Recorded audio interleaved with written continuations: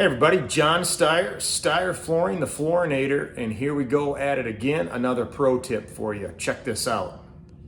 So when dealing with a radius transition of some sort, where we have carpet coming to, in this case, a vinyl plank, and we've got a radius, same thing over here, is how do you transition that when I think we live in a world where people just do not like those metals on there anymore. So I'm always a big fan of Z-bar.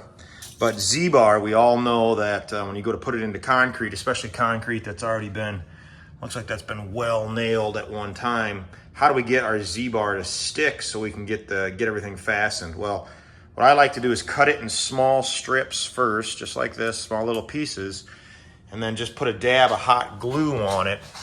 And then I'll make my radius with that first, and then I'll come back and put my tack strip in there, and probably do the same thing. Probably put a little hot glue underneath each piece, and then go in and drill it out and pin it.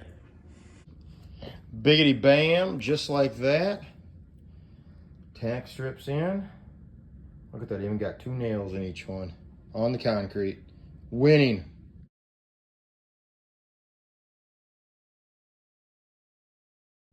So thanks again for watching. Catch you on the next one.